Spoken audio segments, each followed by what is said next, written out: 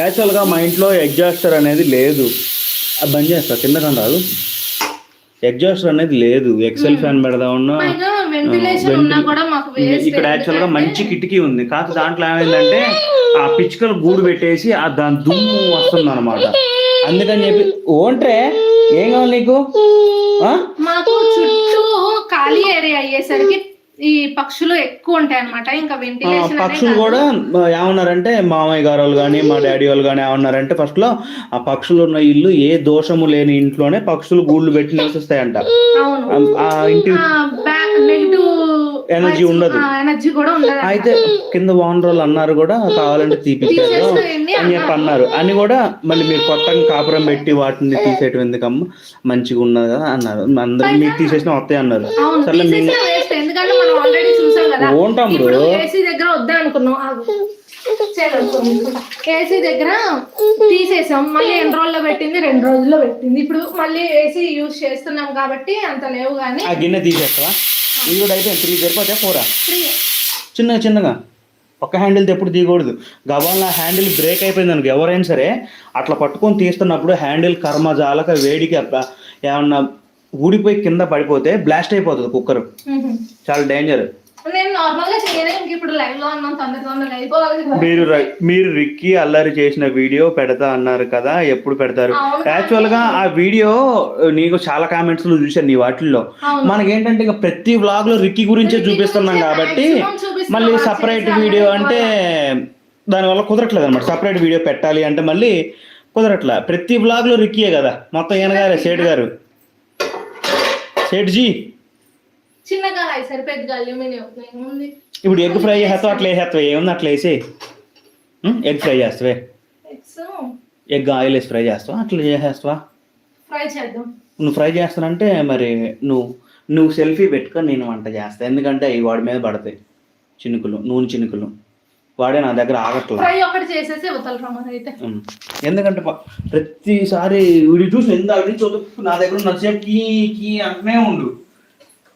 ఈయనకి ఎంతసేపు మనం పని చేస్తే వాడు కూడా మన దగ్గరే ఉండాలన్నమాట.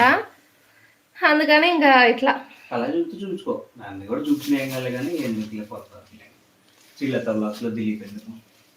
శ్రీలత వ్లాగ్స్ లో దిలీప్ ఎందుకంటే దిలీప్ లేకుండా శ్రీలత వ్లాగ్స్ స్టార్ట్ చేయలేదు.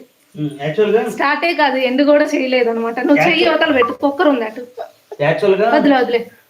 కుక్కర్ పక్కన పెట్టినా ఏం కాదు, వెనక్కి జరుపు చాలు.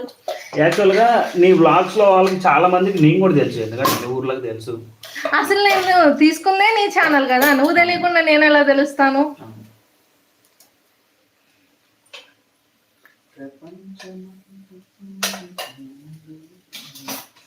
వామ్మో, గట్టి ఛాలెంజ్ ఇస్తున్నారు అనుమల చైతన్య గారు.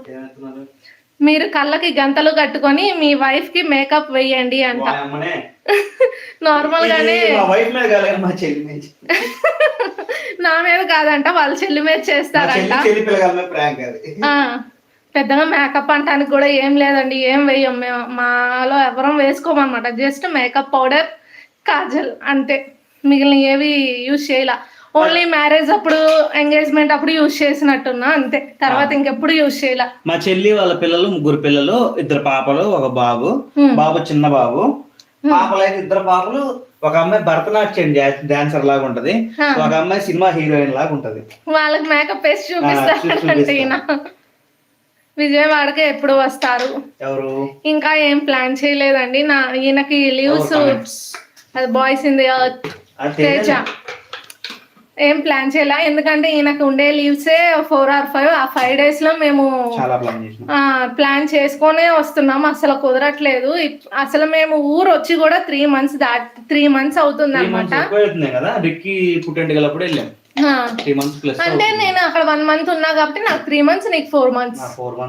అది అసలు ఎలక్షన్ తర్వాత ఎలక్షన్ తర్వాత నేను ఇంత మటుకి అప్పుడు వచ్చినా కూడా వదిన వాళ్ళ ఇంట్లోనే ఉన్నాము. ఎందుకంటే అప్పుడే వదిన కూడా డెలివరీ అయింది. అందరికి చెప్పాలంటే రిక్కీని మా ఊర్లో ఎవరు చూడలేకుండా ఎందుకు పుట్టిన 4th month కి ఇటు వచ్చేసాము. ఇంకా తర్వాత వెళ్ళినా కూడా జస్ట్ 5 minutes ఉండి వచ్చేసే, అంటే ఒక పూట ఉండి వచ్చేసినట్టే ఉంది.